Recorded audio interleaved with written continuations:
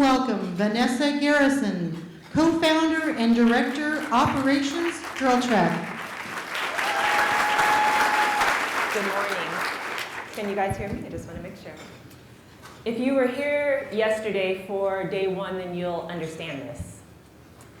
Call it a clan, call it a tribe, call it a network, call it a family. Whatever you call it, whoever you are, you need one. Yesterday, I kept thinking about this tribe, these people, all inspired and excited by walking, and how exciting and comfortable and warm that really made me feel. And I was thinking, and I heard from a lot of the people yesterday the same thing. It felt amazing to share space with people who have the same vision and passion for our communities and our country, and all inspired by walking. So I just want to let you know it's early in the morning. Relax, you are amongst your tribe. My name is Vanessa. I am the lucky co-founder and co-director of GirlTrek. I was going to say arguably, but I'm going to say hands down, GirlTrek is the most inspiring walking movement taking place in this country right now.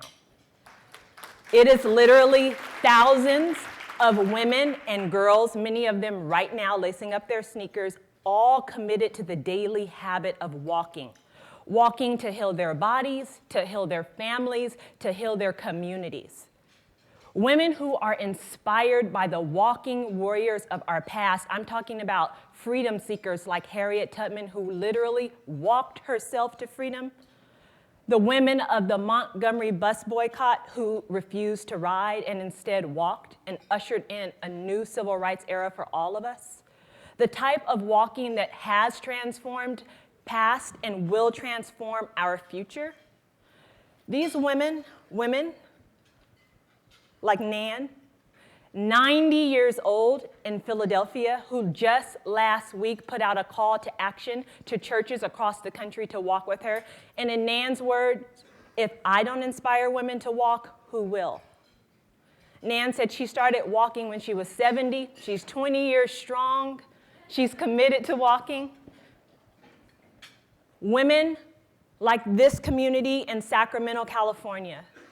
Women who have never heard of words like placemaking or walkability, but who every single day get up and walk for fellowship, for health, to spend time with their families, quality time,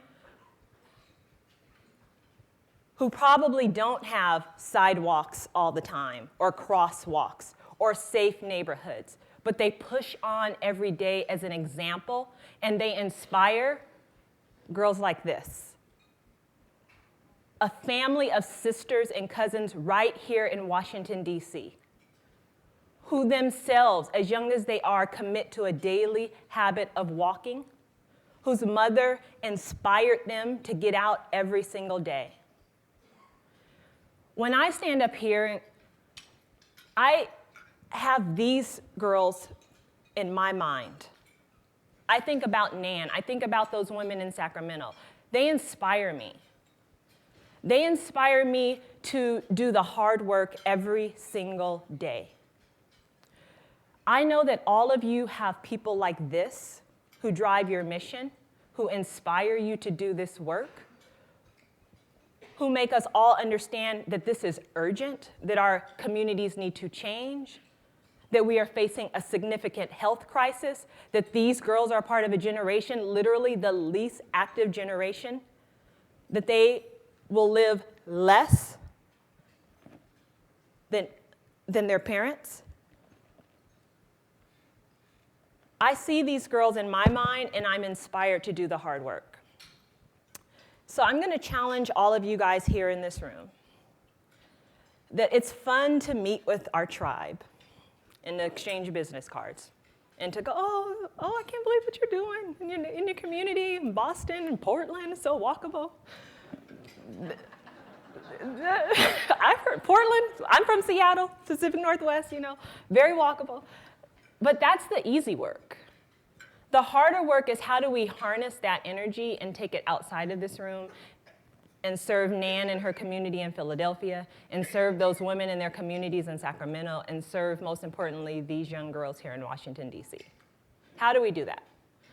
So before I have the pleasure of introducing our Washington, D.C. mayor, I'm going to challenge everybody in this room, if you agree with me that we have a lot of work to do, really, really hard work, and we have a day and a half, no pressure, to come up with some significant solutions and really start to push those out into our community. We have a lot of work to do.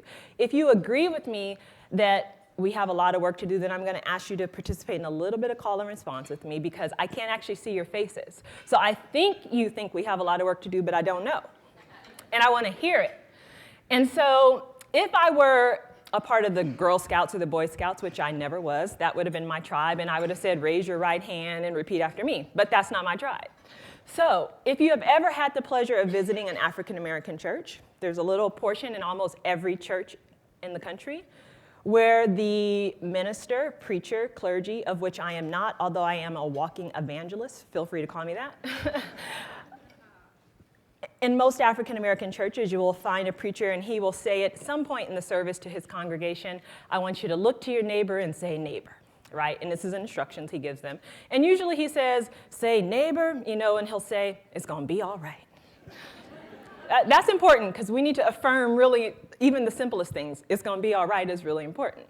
But today we want to affirm that we have work to do, right? We want to verbally affirm that we have work to do, so that as the speakers come up here today, as the mayor comes up here today, as we go to the audience and ask for your participation, that you are committed to engaging, that you are committed to solutions, that you are committed to bringing your story and making it a part of this larger story, so that we can deepen our work and impact, so that we can serve these young girls right here. And so we're going to do a little call and response. You can pretend, walking evangelist Vanessa right here. I literally want you to look to your neighbor, eye to eye right now. And I want you to say, that's right, I want you to say, neighbor. All right, this is what the preacher would say. I can't hear you out there. I want you to say, neighbor. Neighbor. We've got work to do.